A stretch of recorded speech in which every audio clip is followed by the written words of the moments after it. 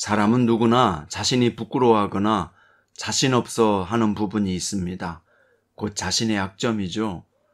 약점 없는 사람은 없습니다. 약점 때문에 아무것도 제대로 시도해보지 못하고 지나가는 인생을 그냥 흘려보내는 사람도 있지만 자신의 강점을 찾아 용기 있게 시도하고 도전하며 삶을 즐겁게 살며 결과를 만들어내는 사람도 있습니다. 우리는 과연 어떻게 살아야 할까요? 오늘은 사사기사 3장 12절부터 31절입니다. 그 중에서 30절부터 31절 읽겠습니다.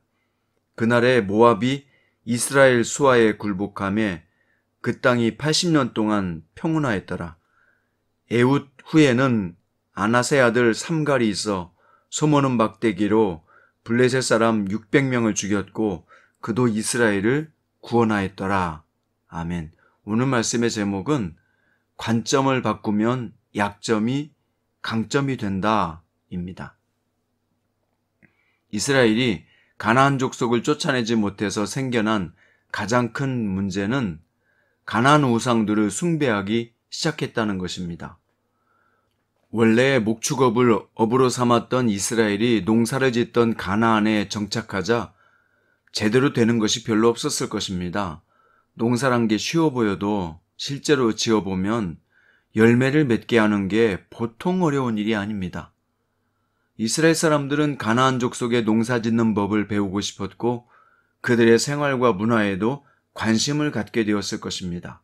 그러다 그들의 종교에도 흥미를 갖게 되었고 점차 빠지게 되었는데요. 그 이유는 가나안의 신들은 여호와를 섬기는 것과 다르게 까다로운 계명도 없었고 복잡한 제사 의식이나 윤리적인 생활을 요구하지도 않았고 음란한 행위까지 마음껏 저지를 수 있으니 금상첨화였던 거죠. 이렇게 급속도로 당신의 백성이 우상에 빠지게 되자 하나님은 그들을 노략자들의 손에 넘기기 시작합니다. 하나님을 떠나 다른 신들을 섬기자 하나님은 그들을 구산 리다사임의 손에 넘겨 노략질과 착취를 당하게 하셨습니다. 그제서야 백성들은 정신을 차려 하나님께 부르짖게 되었고 첫 번째 사사를 일으켰는데 갈렙의 사위이자 조카였던 온니엘입니다. 온니엘이 사사로 있었던 40년 동안은 평온했으나 그가 죽자 이스라엘은 언제 그랬냐는 듯이 또 하나님의 목전에서 악을 행하기 시작했습니다. 그래서 하나님께서 벌로 모압 왕 에글론을 강성하게 하여 암몬과 아말렉 자손까지 선동하여 이스라엘을 침략하게 합니다. 그러자 정신 차린 이스라엘이 하나님께 부르짖게 되었고 두 번째로 일으킨 사사가 왼손잡이 에훗입니다. 본문에는 왼손잡이라고 되어 있지만 원문에는 오른손을 사용하지 못하는 사람이라는 뜻이 있습니다. 그러니까 그는 장애인이죠. 에훗은 힘으로 싸우지 않고 칼을 허벅지에 숨기고 모압 왕 에글론을 찾아가 중요한 정보를 알려주는 것처럼 하다가 칼을 빼어 죽이고 도망쳐 나와 이스라엘 군대를 일으켜 적군들을 섬멸하게 됩니다. 그래서 사사 에훗으로 인해 80년 동안 이스라엘이 평온했습니다. 또한 에훗 다음에는 목동이었던 삼갈이 사사로 부름받아 블레셋 사람 600명을 죽였고 이스라엘을 블레셋의 손에서 구해냈습니다.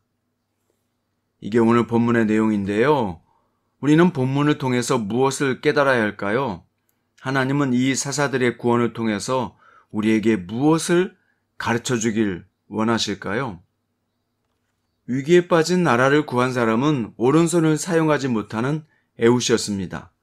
그는 장애자였지만 자신의 사명을 지혜롭게 잘 감당했고 사사시대 중에서 가장 긴 80년 동안이나 평온하게 했습니다. 이것을 통해 하나님은 약점 있는 사람도 붙들어 멋지게 사용하신다는 것을 보여줍니다.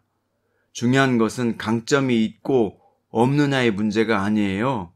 하나님께 붙들리냐 그렇지 않느냐의 문제입니다.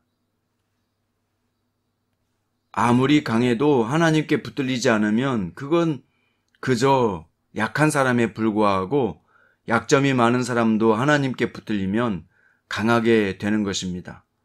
그래서 우리는 자신의 약점을 보고 스스로 보잘것없는 사람이라고 평가하고 비하하면 안 되는 겁니다. 성경은 무결점의 사람을 쓰신 것이 아니라 부족하고 약점이 있는 사람들을 붙드셔서 사용했다는 기록입니다. 어떤 사람은 내가 나이가 많아서 아무것도 못한다 이런 분이 있어요. 출애굽의 대역사를 일으킨 모세를 보세요. 그는 80세에 부름받아 자신의 사명을 멋지게 잘 감당했잖아요.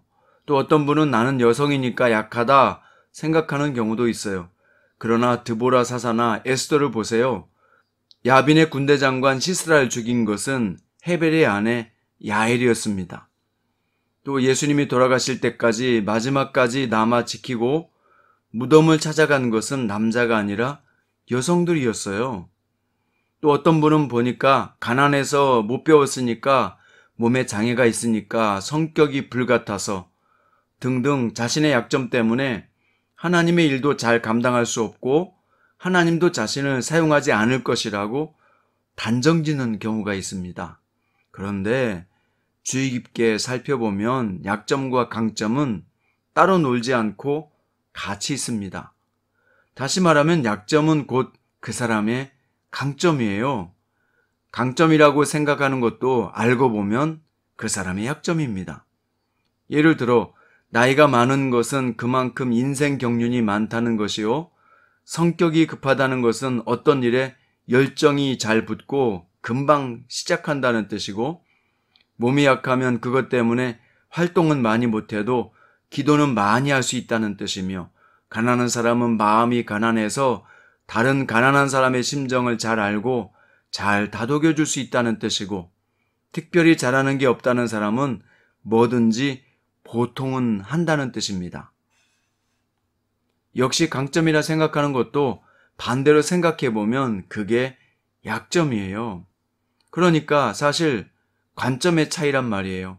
어떻게 생각하느냐에 따라 자신의 약점이 곧 강점이요, 강점이 곧 약점입니다. 하나님께 붙들린 사람은 하나님의 관점에서 자신을 보게 되고 그러면 관점이 달라져요.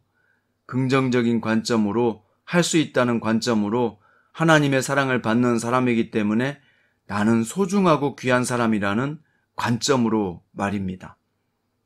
이렇게 관점이 시각이 생각이 긍정적으로 바뀌면 할 수 없는 것보다 할 수 있는 것이 더 많다는 것을 알게 됩니다. 성경을 깊이 있게 살펴보면 하나님의 기적을 통해 일하시는 것보다 사람의 관점을 바꾸어서 일하시는 것이 훨씬 더 강력했고 오랫동안 은혜를 주는 것을 볼 수 있습니다. 예를 들어서 홍해 바다를 가르신 사건은 그리 오래가지 못하고 백성들이 며칠 후 물만 없어도 불평하고 원망했어요. 하지만 하나님을 만나고 관점이 바뀌니까 모세는 40년 동안 충성했고 갈렙은 80살의 나이에도 점령하기 어려운 헤브론 산지를 점령했으며 소년 다윗은 골리앗을 무찌르고 일평생 신실했고 사울은 바울이 되어서 세계 선교의 기틀을 세우는 사역을 감당했습니다. 오늘 본문에 장애를 가진 에훗도 80년이나 나라를 신앙으로 이끌었고 소모는 목자였던 삼갈도 관점이 바뀌니까 나도 할 수 있다라는 마음으로 순종하여 사사의 직분을 멋지게 감당해냈습니다. 중요한 것은 관점의 차이예요. 하나님은 우리에게 그 어떤 능력이나 재물을 주시기보다 우리의 관점을 바꾸기를 원하십니다. 사실 관점을 바꾸어서 자신을 보면 하나님께서 이미 자신 안에 엄청난 보물과 응답이 있었다는 것을 깨닫게 됩니다. 응답은 외부에 있는 게 아니라 사실 우리 안에 심어두신 경우가 훨씬 더 많기 때문이죠. 자신의 약점을 부정적으로 바라보고 실망하고 아무것도 없다고 한숨 쉬지 마세요. 하나님은 당신의 관점을 바꾸길 원하십니다. 바울이 내게 능력 주시는 자 안에서 내가 모든 것을 할 수 있느니라 이렇게 고백한 것처럼 우리도 능력 주시고 사랑을 주시고 도와주시고 길을 열어주시는 하나님이 계시기에 어떤 것도 감당할 수 있고 견딜 수 있고 시도해 볼 수 있고 지금보다 더 성장할 수 있습니다. 오늘 자신의 약점을 바꾸어 강점으로 일한 에훗과 삼갈처럼 자신의 약점을 강점으로 바꿔보는 은혜가 저와 여러분에게 있기를 주님의 이름으로 축원드립니다. 기도드립니다. 주님, 우리 안에 부정적이고 자신을 비하하고 주어진 환경을 탓하며 불평하는 저희 안에 불신앙을 쫓아내 주옵소서. 할 수 없다는 부정적인 마음보다 할 수 있다는 긍정의 마음과 결심을 주옵소서.